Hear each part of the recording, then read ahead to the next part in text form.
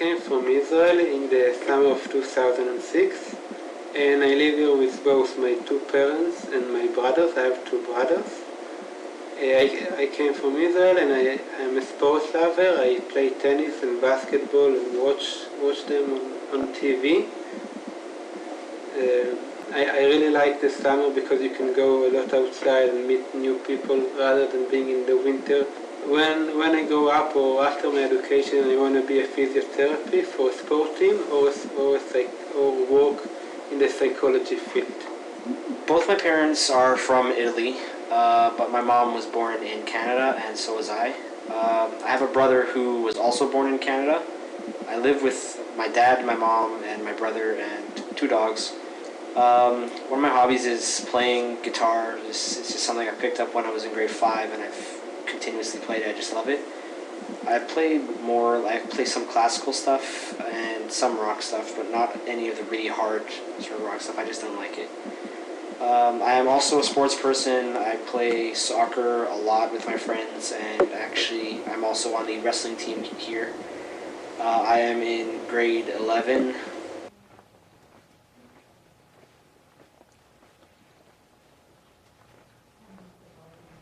I would say 2.5 to 3, because with other immigrants I can interact very easily because we have the same experience of being new in Canada. But with Canadian students it's almost zero because we don't have interaction, because we don't have the same chemistry as they have with their friends from their middle school. So yeah. Me would probably be around 3 to 4 because it could be a lot better than the way it is, but it could also be a lot worse.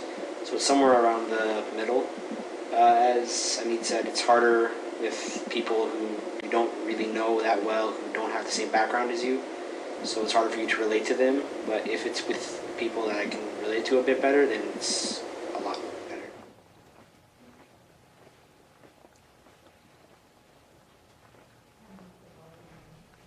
I think because in the classroom it's very formal with the teacher, so unless there is any group work, the interaction is almost zero.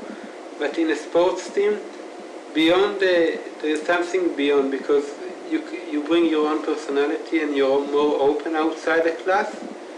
Also there is the factor of the teacher, because sometimes you don't behave the same near a teacher than near just friends. Okay, that's really interesting. What about you?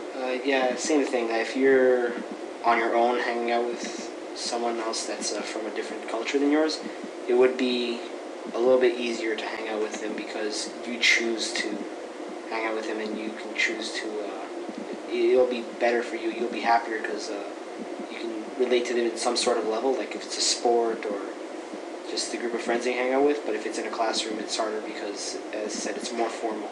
So then you're sort of like forced sometimes to do those sort of things.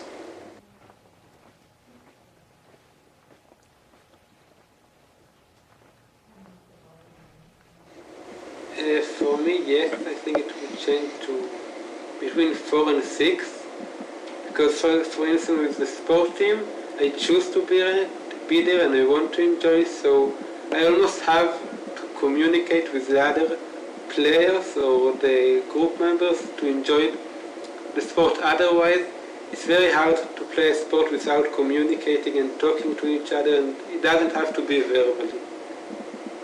For me, it would be actually a little bit harder because it's more out of my comfort zone. Like in the schoolyard, I would feel a little bit more comfortable to talk with people from a different background. But then if I'm out in the community and just end up talking to someone with a different culture, I would feel a lot more insecure about talking to them. So then instead of being around a 3 to 4 sort of number, I would probably be around a 2.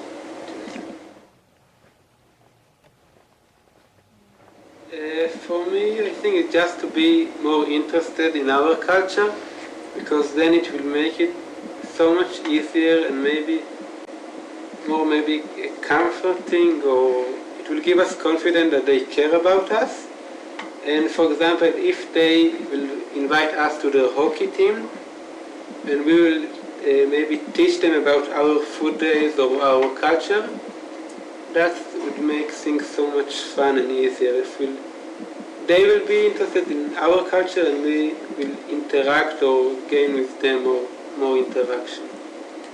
My message would probably be to be a little bit more patient, because the more frustrated you get with someone, especially over some sort of thing like language, like talking to someone and being frustrated about that, the harder things become for two people to interact. So if the people can learn to be a little bit more patient with each other and to somehow specify what's making them a little bit less patient, then they can work on that, and then they can know exactly what's making them frustrated and what's creating tension.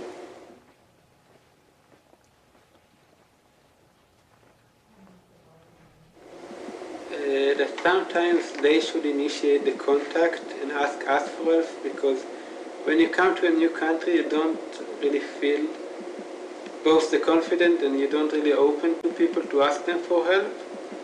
So if, for example, the teacher or the librarian would approach me and ask if I need any help, or if any, and it doesn't have to be big thing, it can be really small thing, this will help a lot. I was saying not to be afraid to help out if they sense something is going wrong. Like if two students are if one student is trying to help another student and it doesn't seem to be working well, the teacher, the administrator, whoever you want to call them, if they can just step in and help out for a bit to get things to start getting easier, and then it'll help a lot in the situation.